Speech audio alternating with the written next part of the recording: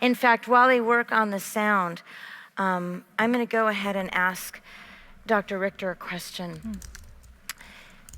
So, Dr. Hayhoe addressed this quite a bit, but I hear this all the time from students and then sometimes comments from parents of the students I'm teaching. And they say, it's just, as a Christian, it's just more important to care for people than it is to care for creation. How would you respond to that? Much of what I said and much of what Katharine had to say is that caring for creation is caring for people. And again, we're Americans. We are wealthy. We are insulated against the impact of our own behavior. The rest of the world isn't. So that would be a primary issue, that caring for creation is caring for people. And honestly, the command of God is not limited to one or the other. We have been commanded to do both. And both and is an okay answer. Yeah. Yes. Do we have Dr. Hayhoe yet? Can you hear me now? Yes. Yay. Excellent. Is there anything that you would add to that question? It's more important to care for people as Christians than it is to care for the environment. Definitely. So first of all, I would say, are we not creation? And then I would add too, I am aware that many people don't see us as creation, so to speak. And because of that, personally, I don't use the words environmental, environmentalist, or caring for creation very often. I see this issue as loving our global neighbors, and that includes our sisters and our brothers, as well as all of the living things that Genesis 1 tells us that we as humans have been given responsibility over. Yeah, thank you. So we have a question here. I'm going to address the audience. And don't forget the app, WOVA, and you can put your questions in there. You can rank them higher or lower, and we want to make sure we address some of those. We did hear about the abuses of factory farming. And sometimes it's shocking for people to hear about that. They're surprised. What are we supposed to do about that? Are there environmental and economically sustainable methods of farming that can avoid this issue? Does it just mean we all have to give up eating meat forever? And then what would you say to farmers that are Christians that are, I almost want to say, locked in sort of a cycle that they're in? There's a video I show my students, oddly enough, the couple is named Mr. and Mrs. Fox, and they raise chickens, but my students always get a little joke out of that. But they talk sort of about this trap, this sort of cycle that they're in, and they can't seem to get out of it because they're living paycheck to paycheck in this farming industry. And so what do we do? What can we do in these situations? So yeah, if we could start with Dr. Richter. Yeah, I would say I've got two. This?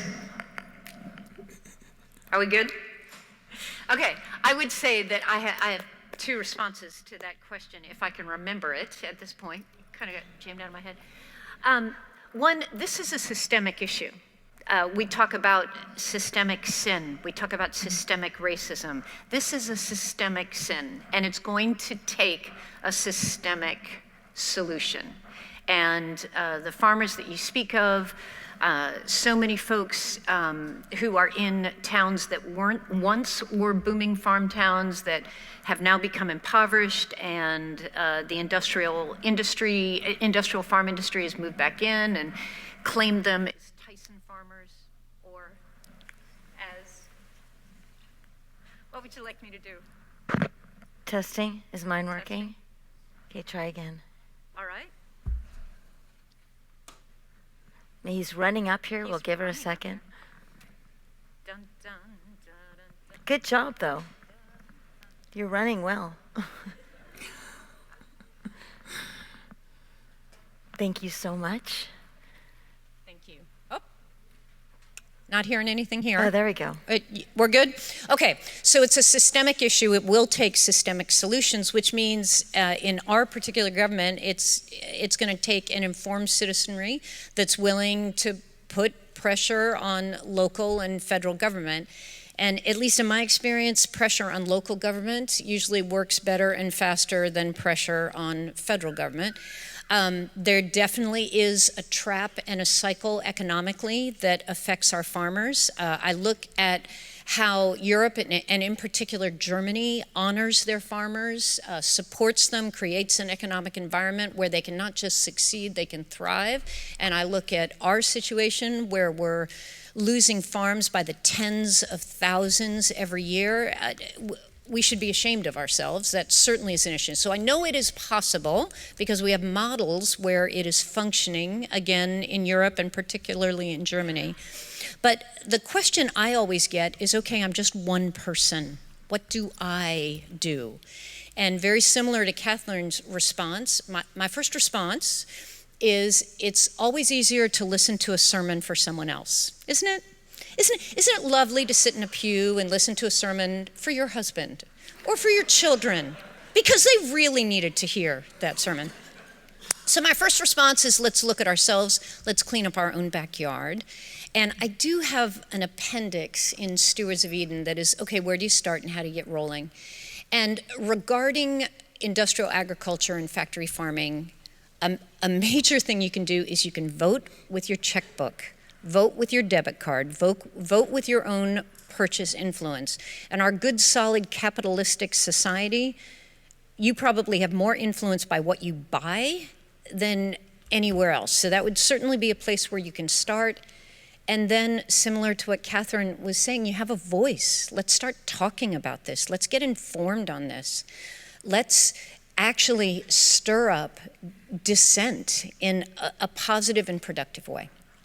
Thank you. Dr. Hayhoe, can I modify a little bit? I know some, or teach some, about the impacts of cattle, sort of as the third largest contributor to the world of carbon emissions. And can you talk a little bit more about that, or inform this community? Is that accurate? Is that inaccurate?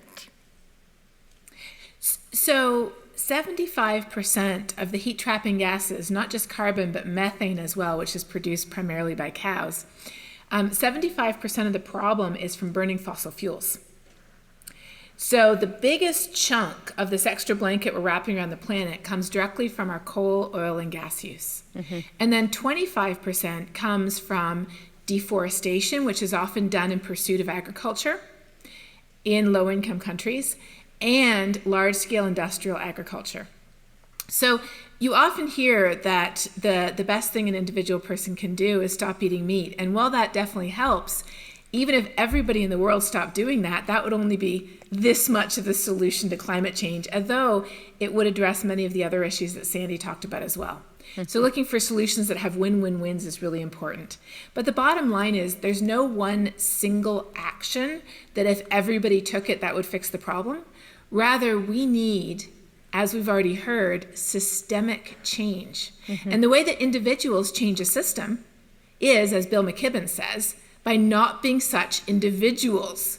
When we use our voice to advocate for change, to engage with our church, our school, our place of work, our city, our organization, and of course our state and our country as well. But when we use our voice to advocate for change at every single scale, that's when the system changes. Mm-hmm. Yes. I'm going to go back to Dr. Hayhoe for a minute.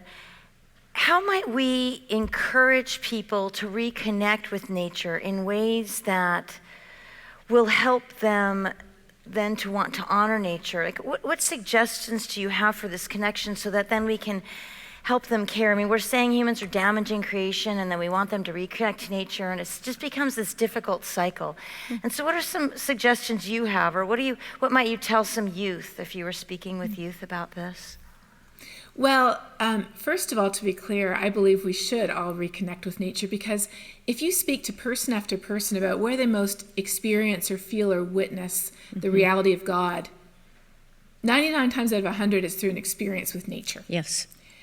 So I believe in that very powerfully. But I will say this. Too often we think to get people to care about and act on climate change, we have to get them to care about this first. So we think, first of all, they have to care about this for the same reasons we do, and then they'll care about that. But where do we get the air we breathe? Where do we get the water we drink? Where does the food that we all depend on come from? Where do the resources that every single one of us depend to use everything we have, the clothing we're wearing right now, the chair you're sitting in right now, the way that you were able to transport yourself either virtually or in person to this conference, everything comes from this planet. And what that means is every single one of us already has every reason we need to care. We don't have to make people care for a new reason. We just have to figure out what reasons they already have to care and then help them connect the dots. And that shortcut makes it 100 times easier to spur action. Literally. In fact, I'm a scientist, so I'm very conservative. It's probably 1,000 times, but I'm just going to say 100.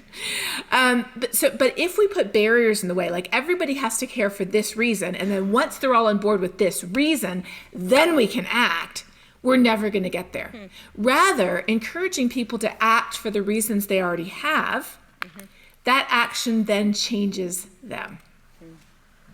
Yes. Do you have anything you'd like to add in this particular question about what we might tell youth, getting out in nature, caring for it, or damaging it? Well, I concur with everything that's been said, tapping into the things that folks already care about. I also concur that standing in front of the ocean, helping to rescue a wild creature, all of these experiences build our empathy, our concern. They remind us that we're made in the image of God, and that impacts us. I think what I'm focusing on in your question is this business about motivating and honestly awakening the church. I'm often asked on podcasts and the like, what are you trying to do? And my response is that I am attempting to awaken a sleeping giant and fill her with a wonderful resolve. And the sleeping giant is the church. We have stood on the sidelines on this issue over and over again. And honestly, when it comes to issues of transforming society, nobody does it better than the church. And at our best, we do this better than anyone does this. Now, granted, we're not always at our best, but if the church would embrace these topics and embrace it because of our devotion to the one that created this amazing planet, what we could do. That's very inspiring. Let's take a theology question or a biblical studies question.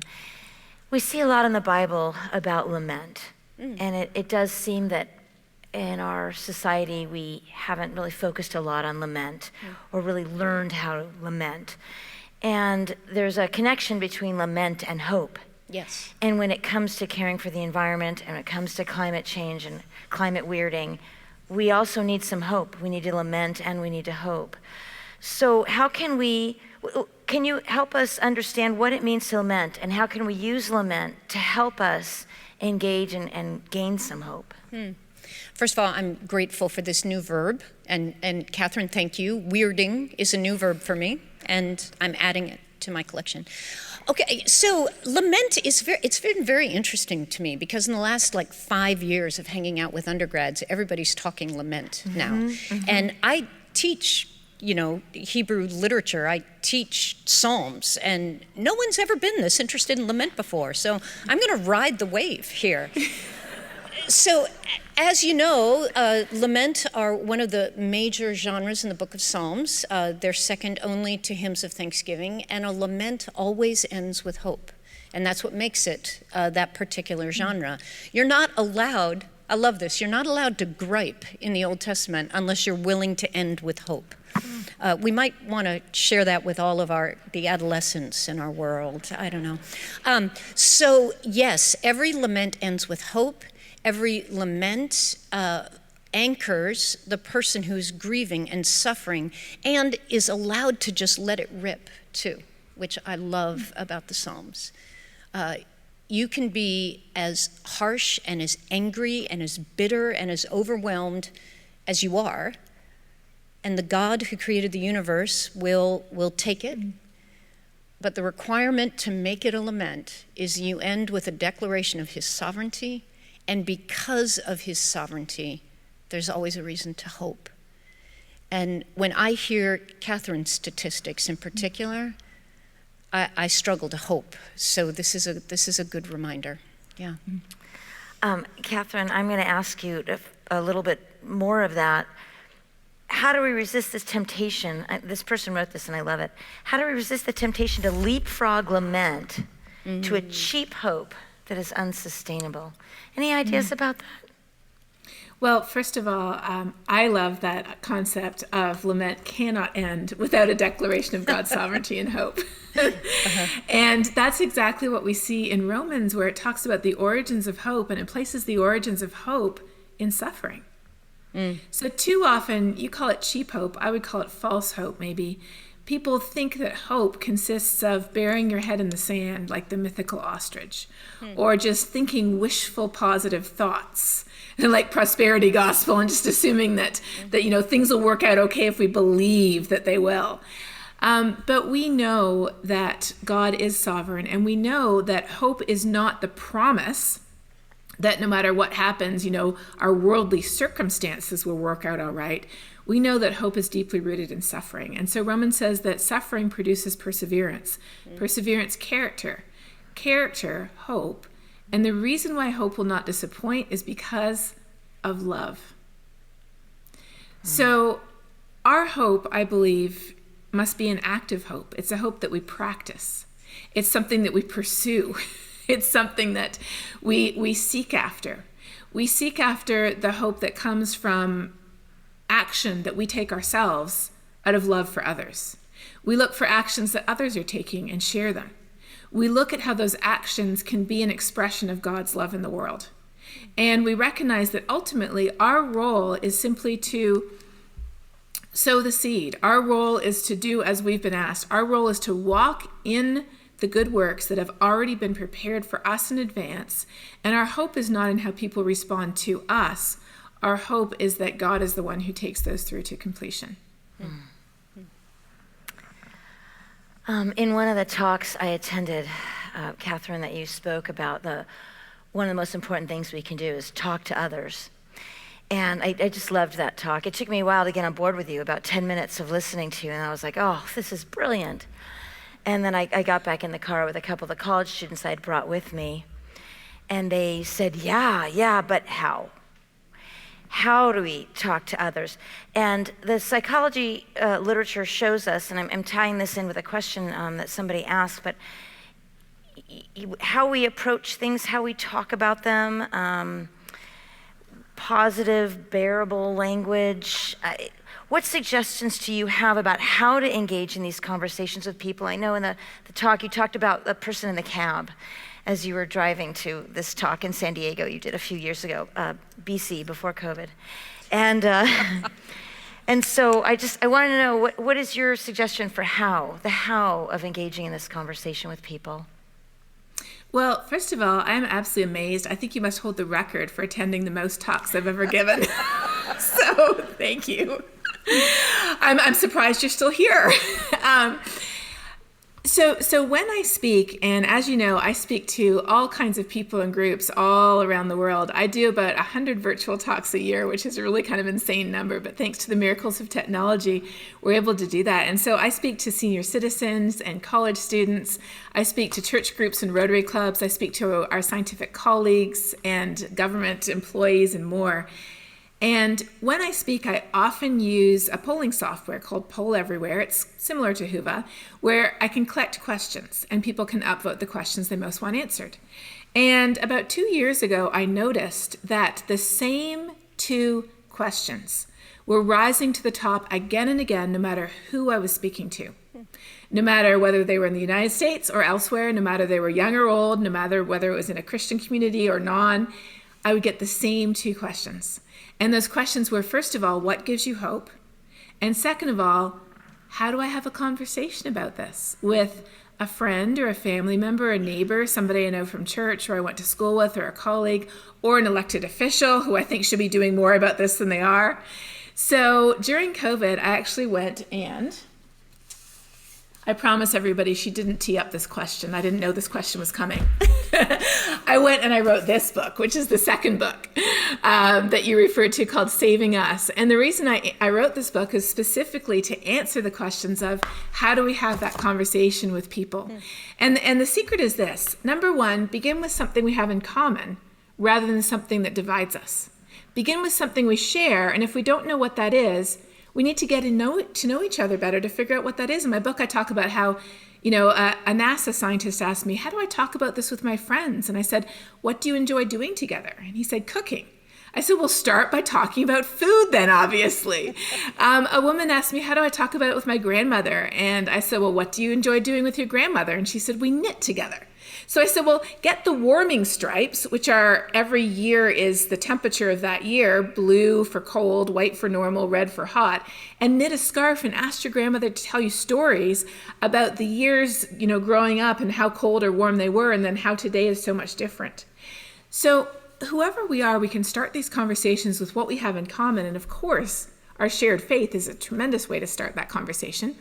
Connect the dots to why this issue matters. And then do not neglect this step. Offer a positive, constructive solution. It could be a solution that you're taking in your own life. It could be a solution that your school is doing or another school is doing and you think yours should be. It could be something that is happening that a corporation is doing, that a city is doing, something you've heard about, something you've witnessed. But show people that change is possible, that it's not a future thing, it's right here, right now.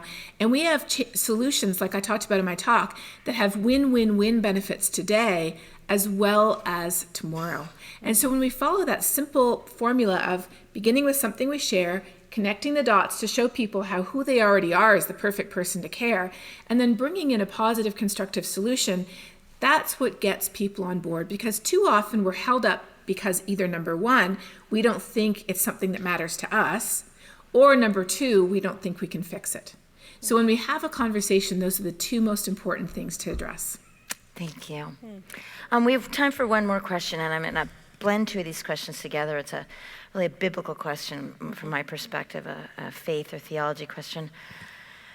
One asks, do you believe that Christ will return soon? But the second one asks, and how does that affect your passion for the environment?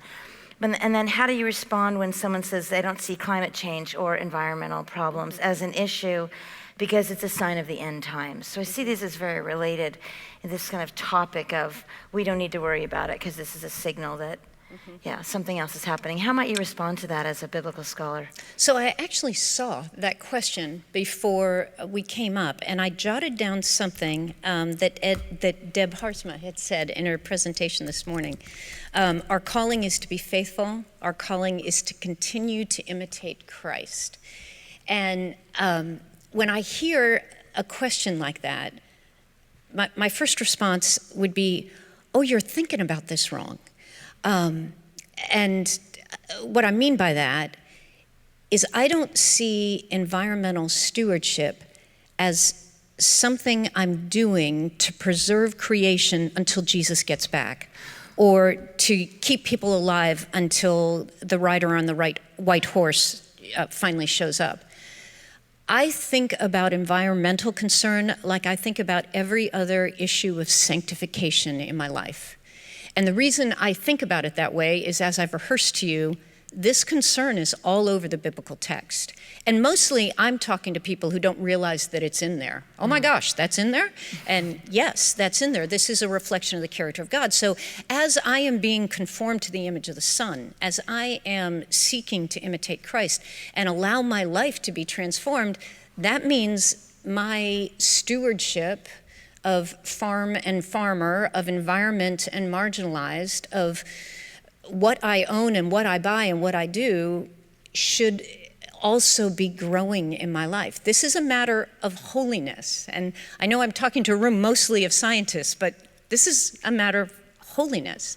So am I going to stop caring for widows and orphans because I know Jesus is coming back next week? And they probably won't need extra groceries because he's going to be back in 6 days?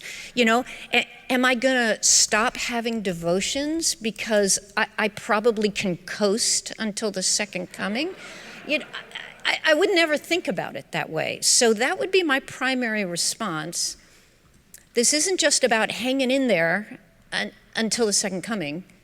This is about the transformation of our character as we become more like the Creator who gave us all these good gifts. Thank you. Please join me in thanking these wonderful women and the great messages that they had for us.